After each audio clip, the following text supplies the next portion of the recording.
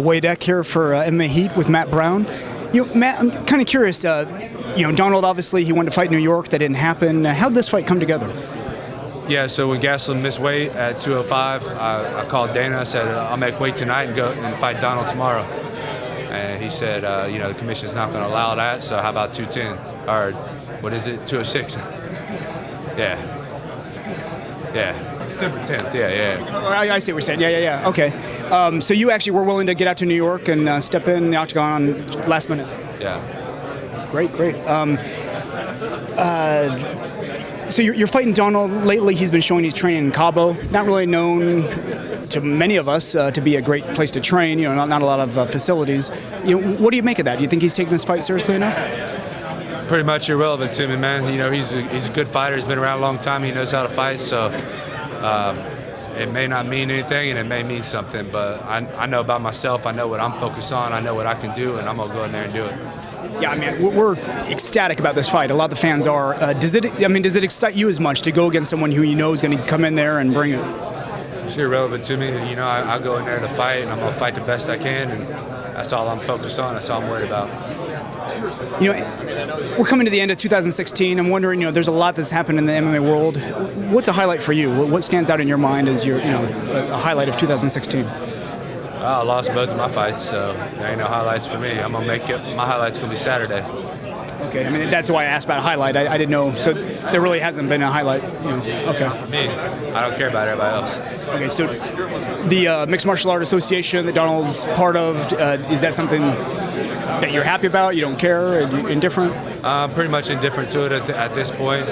I was approached by them, and I want to be more educated on both sides before I make any decisions or say anything. I've always been happy with how the UFC's been to me and treated me well. So through my lens, I'm happy. So I don't really need to go fighting against the biting the hand that feeds me. Of course, and there are new owners. Have you had any kind of dialogue with them? I mean, is this the first fight under the new ownership? I think my last fight was under the new ownership. No, I'm trying to think of when the sale went. Yeah, I don't. Have you noticed any differences at all? No, I met Ari and at the Veterans Summit, but that's it. So, you're a veteran of the sport. A lot of fighters who are coming up, they either are in the UFC as new fighters or they want to be in the UFC. What's the best piece of advice that you've received in your career that you could pass along to them? There's no one single piece of advice I could point out. I mean, it's all about taking so many pieces of advice, putting them together in your own way that applies to your journey. Everybody's journey is a little different, so it's not one that sticks out. That kind of reminds me of like Bruce Lee and the Tao Jeet Kune Do about taking pieces of things and making it your own. Is that kind of what you're getting at? Yeah, of course. And actually, I guess Rich Franklin gave me a piece of advice a long time ago I never listened to, and he said to treat it like a business. And there's a certain point where that started ringing true. You do have to treat it like a business because you're hiring guys to work for you, and you have to brand yourself like a business, all kinds of things, so it really is. So I think it's a good piece of advice, even though that's something you almost have to learn on your own. At least I did. I had to learn, on my own because we get into it for the martial arts and for the challenges and the competition. We don't get into it for the business side.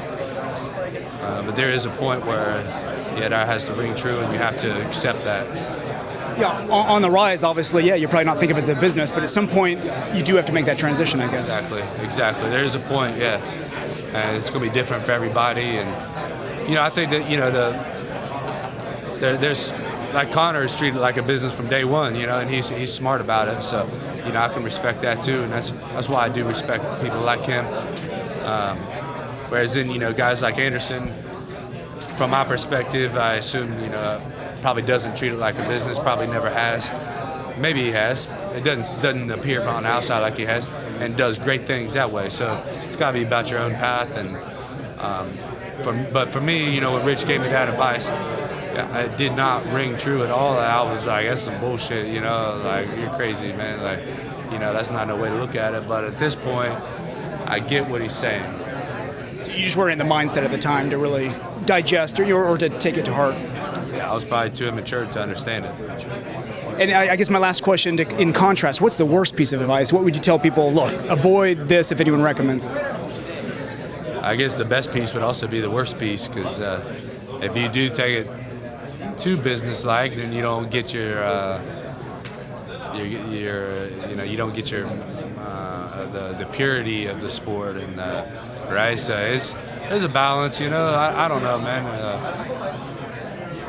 I guess I'm pretty good at taking advice and making a mental note, or even, you know, I put notes in my phone and I write them down and stuff, and digesting it over time. Well, you're a fan favorite. We always love watching you fight. You know, good luck on Saturday. Thank you. Thank you, sir.